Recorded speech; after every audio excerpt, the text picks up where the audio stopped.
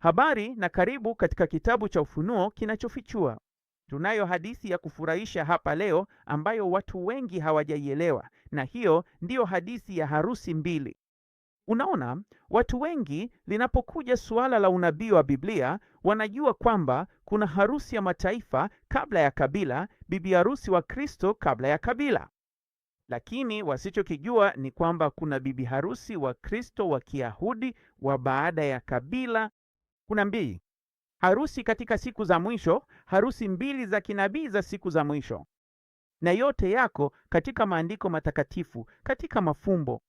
Acha nikukumbushe hili katika Wakorintho wa pili sura ya 12. Nakumbuka nisiposema niko katika sura gani, angalia tu upande wa kulia, lakini umeelewa hili. Umekuwa ukifuatilia sasa kwa muda kidogo. Kama bado, rudi utazame masomo ya kwanza ya utangulizi. Ni mafupi sana, ni rahisi kufuata. Unaona, ukishaanza kuelewa kwamba mwisho wa siku umefunuliwa katika Luka, kisha Marko, kisha Matayo, kwamba si yote kuhusu injili ya Matayo, kwamba unachukua kidogo kutoka kwa Marko ili kujaza nafasi zilizo wazi za Mathayo, unachukua kidogo kutoka kwa Luka ili kujaza nafasi zilizo wazi za Matayo. Hapana, ni mwisho wa siku. Ufunuo wa mwisho ni kwamba wa mwisho watakuwa wa kwanza, wa kwanza watakuwa wa mwisho. Inaanza na Luka, kisha Marko, halafu Matayo, kabla ya dhiki, katikati ya dhiki, baada ya dhiki. Na unapolielewa hilo na injili za sinoptiki zikafunguka kwako, utatambua hilo. Mwisho wa siku si kipindi cha miaka 7, bali ni kipindi cha miaka 14 na kipindi kifupi cha muda kinachoitwa hapo juu, ambacho ni kipindi cha siku 50. Kipindi hicho cha siku 50 huanza na kabla ya dhiki kuu moja ikinyakuliwa hadi mbingu ya tatu. La pili ni lile lililokamatwa katikati ya tribu, umati mkubwa. Zote mbili, ya kwanza na ya pili. Ya kwanza inahusiana na Luka, ya pili imeunganishwa na Marko na tribu ya katikati. Vyote hivi ni sehemu ya ufalme wa Mungu. Na kisha kuna mara ya tatu. Mara ya tatu Paulo anapozungumzia hapa ni yeye akiwajia. Ni picha ya kinabii ya Bwana kisha akirudi chini kwenye mlima wa Mizeituni wakati wa kuja kwake mara ya tatu. Kwa hivyo kuchukua na kurudisha. Na Bwana atakaporudi itakuwa pamoja na ufalme wa mbinguni, na tutazungumzia hilo tunapoingia katika hilo pia. Kwa hivyo kumbuka, ni Luka, kisha Marko, halafu Matayo, kabla ya dhiki, katikati ya dhiki, baada ya dhiki. Na hii imefunuliwa katika tofauti za ni nani injili zinazungumzia katika kipindi kinachoitwa juu na miaka 14. Sasa hebu nikuonyeshe kitu kingine. Sote tumesikia kuhusu hili kwa Ruthu. Tunajua kwamba Ruthu ni mfano wa bibi harusi wa mataifa. Lakini je, unajua jambo lingine? Je, unajua kwamba ukipitia vitabu vyote 66 vya Biblia, viwili kati yake ni vya wanawake? Bila shaka kitabu cha Ruthu. Lakini je, unajua kuna kingine kinachoitwa Esta? Tunajua Ruthu ni wa mataifa na yeye ni mfano. Kila mtu anaelewa hili kwamba yeye ni mfano wa bibi harusi wa mataifa kwa yeyote anayesoma unabii. Lakini kila ambacho huwa usikii watu wakizungumza ni mfano wa Esta.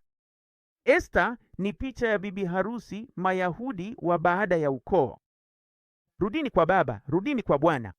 Sawa, kuna wawili kati yao. Umewahi kujiuliza kwa nini kuna mbili? Kwa nini wote wawili ni maharusi, sivyo? Malkia, bibi harusi na kadhalika. Hilo ndilo linaloendewea.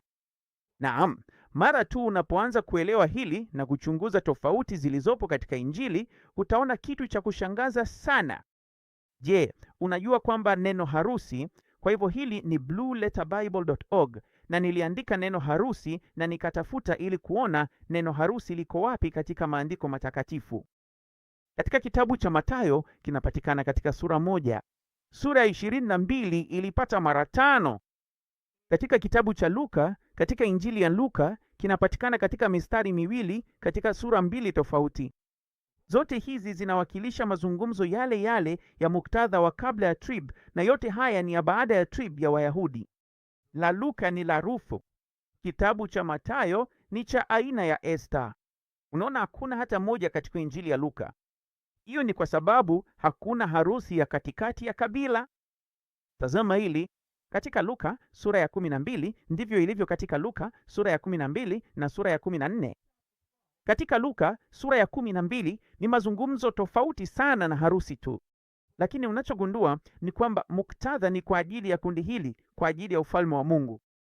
Na anasema katika mstari wa 35, viuno vyenu na viwe vimefungwa na taa zenu ziwake, nanyi kama watu wanaomngojea bwana wao mtakaporudi kutoka harusini. Hilo hapo neno ili atakaporudi, ili atakapokuja na kubisha wamfungulie mara moja.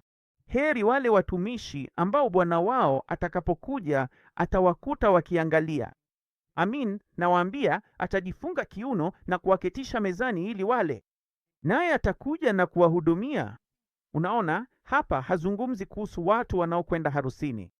Anazungumzia kundi ambalo ni zamu ya kwanza ya ulinzi, na unalijua hilo kwa sababu anasema zamu ya pili na zamu ya tatu. Kwa hiyo anazungumza na kundi ambalo halitakwenda kwenye harusi hii, bali wawe tayari atakaporudi kutoka kwenye harusi hii. Na kundi hili linaitwa zamu ya kwanza ya ulinzi. Tazama jinsi hii inavyotokea. Sasa ukienda kwenye Luka sura ya 14 ambako kuna hadithi ya harusi, unaona katika Luka 14 kuanzia mstari wa 7 ni mfano wa karamu ya harusi, na inasema, unapoitwa kwenye harusi usiketi kwenye chumba cha juu kabisa. Labda kuna mtu mwenye heshima zaidi anayepaswa kuketi pale, na wewe utaambiwa ushuke chini na utapoteza heshima na kadhalika. Bali keti kwenye chumba cha chini kabisa, na kama umekusudiwa kupandishwa juu, mtu atakuja na kukuambia, rafiki, panda juu zaidi, na utapata heshima mbele ya wale wanaokula pamoja nawe. Sawa, hii ndiyo harusi ya bibi harusi wa mataifa kabla ya dhiki kuu inayofanyika. Ndio maana unaiona tu katika Luka na pia unaiona katika Mathayo, lakini hazielezwi wala hazizungumzwi katika muktadha ule ule, kwa sababu siyo harusi ile ile. Basi hebu nikuoneshe kitu ambacho ni sehemu ya harusi. Lakini kumbuka nilichoshiriki tu katika mstari wa 12 sura ya 12 kwamba kuna kundi ambalo halitaenda kwenye harusi na wanapaswa kuwa tayari atakaporudi kutoka kwenye harusi. Basi ni katika Injili ya Luka pekee, baada ya mfano wa karamu ya harusi, ndipo unapata mfano wa karamu kuu. Haupati mfano huu wa karamu kuu katika Mathayo, na bila shaka haupo kabisa katika Marko. Kwa hivyo hii inahusu nini? Ni kuhusu kwenda na kuwaalika wale ambao hawawezi kukulipa na kadhalika. Na inasema, lakini ufanyapo karamu waite maskini, vilema, viwete, vipofu na kadhalika. Sawa. Na kisha inasema katika mstari wa 14, kwa maana utalipwa katika ufufuo wa wenye haki. Kwa hivyo kundi hili ni sehemu ya ufufuo utakaotokea, ambapo watapokea thawabu yao wakati wa ufufuo huo, na ni picha ya kinabii ya karamu hii itakayofanyika baada ya harusi. Sasa hili kundi tumezungumzia hili kwenye chaneli yetu kuu Ministry Revealed kwa miaka mingi. Kundi hili ni wale watendakazi mabaki katika kanisa la Smirna. Wataweka maisha yao rehani wakimtumikia Bwana kwa ajili ya watu wake ili kusaidia kuwaleta ule umati mkubwa, na wameambiwa kwamba thawabu yao iko katika Ufunuo 2 mstari wa 11, yeye ashindaye hatadhuriwa na mauti ya pili. Hiyo ndiyo maelezo kamili katika Ufunuo sura ya 20 kuhusu wale watakaofufuliwa ili kutawala na kumiliki. Walikatwa vichwa kwa ajili ya ushuhuda wa Kristo. Watafufuliwa ili kutawala na kumiliki pamoja na Kristo kwa miaka 1000, lakini wengine waliokufa hawakuishi tena. Na inasema katika mstari wa 6 wa Ufunuo 20, heri na mtakatifu na yeye anayeshiriki katika ufufuo wa kwanza. Sikiliza hili, juu ya hao mauti ya pili haina mamlaka. Kwa hiyo kile tulichokuwa tunasoma katika Luka 12 kilikuwa kuhusu kundi hilo, wakimsubiri Bwana atakaporudi kutoka kwenye harusi. Anaporudi kutoka kwenye harusi ni hadithi kutoka kwenye harusi ya Luka sura ya 14. Kundi hilo litakalopewa thawabu katika ufufuo huu wa wenye haki, watakaotawala na kutawala pamoja na Kristo kwa miaka 1000. Huyu ndiye kundi hili. Kumbuka nilichosema mwanzoni, hapo ndipo sehemu iliyo hapo juu. Naam, katika yaliyo hapo juu inaanza na bibi harusi wa Kristo kabla ya kabila, na kuna harusi ya siku 7 kabla mwana wa Adamu hajarudi kama mpanda farasi mweupe kwa siku 40. Anarudi siku ya 8 baada ya harusi ya siku ya 7, ambayo ni picha halisi ya kinabii ya mlo wa karamu unaotokea baada ya harusi ya siku 7. Je, si ni jambo la polini? Ni jambo la ajabu, kwa sababu ukishaelewa ni kwa nini liko katika Luka limeelezewa hivi na kuwekwa hivi, lakini si katika Marko na si katika Mathayo, yote yanaanza kuwa na maana. Ndio maana ufunuo wa nani, injili zinazozungumza naye ni jambo kubwa sana. Sawa? Kwa hivyo sasa angalia hii.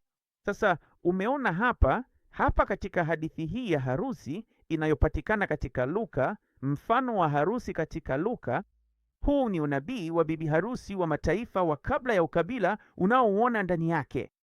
Lakini usisahau, bado kuna lingine lililokuwa katika injili ya Mathayo, na ile iliyo katika injili ya Mathayo inapatikana katika sura ya 22, lakini angalia mahali ilipo.